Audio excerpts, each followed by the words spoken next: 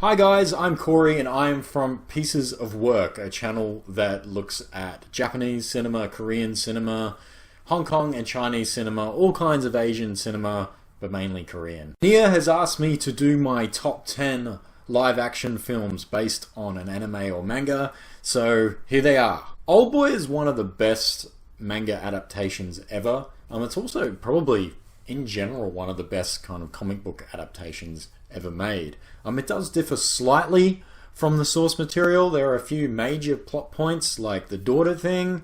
Also, the big scene in the original 2003 film, the hammer scene, that's nowhere to be seen in the book. That was Park Chan-wook's own idea.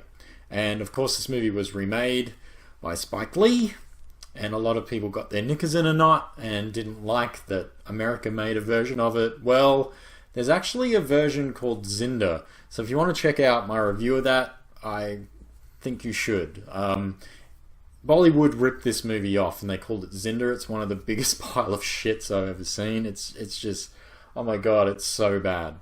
But Oldboy's a classic. Oldboy's the Korean movie everyone has seen. I mean, your uncle has seen it, your aunt's seen it, grandma maybe has seen it, I don't know. But everybody always, that's the go-to movie, Oldboy. Look, I don't know what I can say about OldBoy. Like, everybody loves the movie. I love the movie. Choi Min-sik does a great performance in this.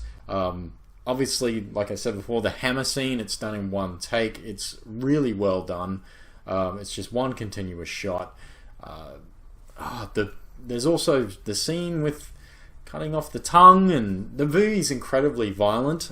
I like Park Chan-wook. I think he's a fantastic director, and he has a lot of other good films out there. I recently saw The Handmaiden. Probably not his best film, but it was okay. It's very different. Also, he's done just a vast array of work, and he's a great director. I didn't really like Stoker. I've said that before, but yeah, OldBoy is his masterpiece, I think. It's a really great movie. If you haven't seen it, highly recommend it. Like I said, one of the best manga adaptations ever done. Next on this list are Lady Snowblood and Lady Snowblood 2. Two films that Tarantino absolutely loves. If you've seen Kill Bill, so a lot of people like myself saw Kill Bill first. And then if you go watch Lady Snowblood 1 and 2, you're like, okay, so this is where he got this idea from. Like, I like Tarantino, he's a good director, but he's not an original director. He takes a lot of his ideas from other movies, and in Kill Bill, he definitely took a lot of it from Lady Snowblood 1 and 2. So Lady Snowblood is this female assassin. She's kind of, when she's a baby, she's brought up from when she's very young to an adult, and she's trained by these people to avenge her parents. And she basically goes on this spree, killing all the people that murdered her parents. And that's in the first film. In the second film, she's used by the government. So they're basically going to murder her, and they've sentenced her to death. And they decide to put her to work and get these plans from this guy who's trying to overthrow and overturn the government. Both films are fantastic. They have some incredible violence. Like, these movies from 1973 and 1974. They're so vibrant and colourful. Like, the blood is bright red, really red. And they do decapitations, they cut off arms, people get stabbed in the eye. Like, it's full on. And for a movie that's like well and truly over 40 years old, both of them are fantastic. Next on this list, I have two films, but I'm including them as like one entire thing. So I have Crow Zero and Crow Zero 2. Both of these films were directed by Takashi Miike, who is just a master of Japanese cinema. So this movie is about Suzuran high school boys and the shit that they get up to there. Like, these guys have different gangs in the school, and then they all fight each other, and then they're massive rivals. I wish these movies came out when I was maybe 13 or 14, because I would have grown up loving them. I'm an adult now. I still love these movies. I think they're fantastic. I only discovered them a few years ago. There's also another film called Crows Explode, which isn't as good as these, but I still recommend it. I actually think it's not a bad movie. A lot of people don't like it because it doesn't continue the story from Crow Zero and Crow Zero 2. It focuses on completely different characters, but I think that's okay. If you've ever seen the Walter Hill film, The Warriors, this has a very similar vibe, you know, with the different gangs, and every gang has a specific look. Both films are fantastic, Crow Zero and Crow Zero 2. Highly recommend both of them. Okay, next up we have Gantz and Gantz Perfect Answer. I really enjoyed both of these films. I liked the first one better than the second one. I've seen the anime that this is based on. I like it, though I think it's a little bit too long, I'll be honest. And a lot of people don't like this movie, or movies I should say. But I actually think they take the source material and condense it very well. Now obviously with all of these adaptations, things need to be changed because you can't translate everything 100%. If you did, you'd end up with a 5-hour, 6-hour, 10-hour film. And also, look, you've got the original to watch. So I know some people are on the fence with Gantz, but I actually like these movies. I think the first one is better than the second one. I like the first one because they battle all the different creatures or aliens or whatever you want to call them. And the second one probably focuses a little bit too much on the Men in Black and all that stuff. But look, I like both the movies, and if you haven't seen them, if you like good sci-fi and you like violence and over-the-top stuff, this movie's effects still hold up. They're quite good. I watched this recently. Yeah, check out Gantz. So next on this list is Himizu from Sion Sono. If you haven't seen a Sion Sono film, then I recommend you could start with this, but I also recommend Suicide Club. That movie is fucked up, man. You should watch it if you haven't seen it. But Himizu, interesting story about this film. So obviously it's based on a manga. It's a lot different from every other film on this list, as it's more of a drama. Everything else is kind of like an action thing, or maybe has a little bit of comedy. This movie is a dark drama, and it really delves into the mind of, a teenage psyche. So an interesting fact about Himizu is that Sono actually wrote this film, and then a few months later, the horrible, horrible tsunami happened in Japan. So what he decided to do is adapt his script and take that tragedy and put it as almost a character in the film. Shota Somatani, who you guys might know from the Parasite films, stars in this movie as Yuichi, and he lives with his mum in this little shack, and his mum has this business where she hires out boats to people and they can go out on the lake near the shack, and he has a really horrible abusive father, and he keeps getting abused by his father, and his mother eventually leaves because she's a bit of a whore, and his father comes back and he kills his father. And then what happens after that? He has this girl who's batshit crazy, and he kind of goes on this kind of not killing spree, but in his mind, sometimes you're like this guy's really mentally unstable. It shows a lot about how, I guess, cycles happen within families. Like, he has this whole thing where he just wants to be normal. He just wants to get married, have kids, the great dream that a lot of people have, and he wants to break out and not be a piece of shit like everyone else in his family.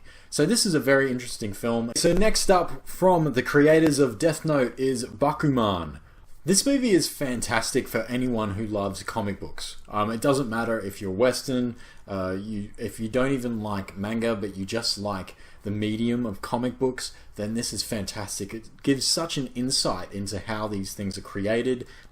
Also, like, both sides, like kind of like the creative side and like from the side of the publishers and the editors and all those, like what they look for. So if you're into, maybe you want to create your own, or maybe you just like reading them, then this will kind of open your mind a bit to how they get created. I saw this movie at the Japanese Film Festival last year, and I was blown away. This was probably one of the best, if not, one of my favorite Japanese films from last year. But Bakuman is so much fun. There's so much heart in this movie. Both the actors are from the Rurouni Kenshin films.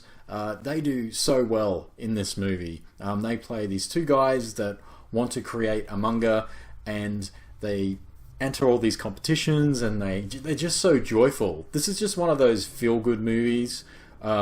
Much like a movie called Woodjob. If you want to check out something that has a similar vibe, I would highly recommend that film. It's another Japanese film.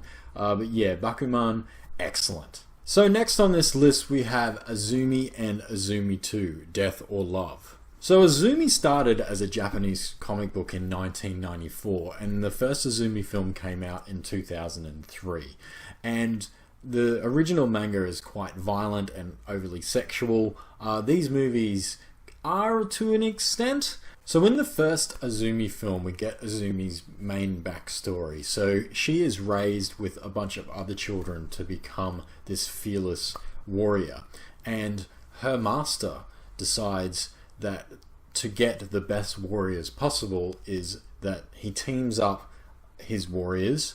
So there's all these pairs, and he tells them to fight each other to the death, and they do. And then that halves them. So it's basically the best warrior standing. And then that group decide to take on these warlords. And the movie's quite good. It does have the over-the-top characters that a lot of manga and anime have. And it's done well. It's not overly cheesy. The second film does that thing that a lot of these movies do. It picks up exactly where the first movie left off.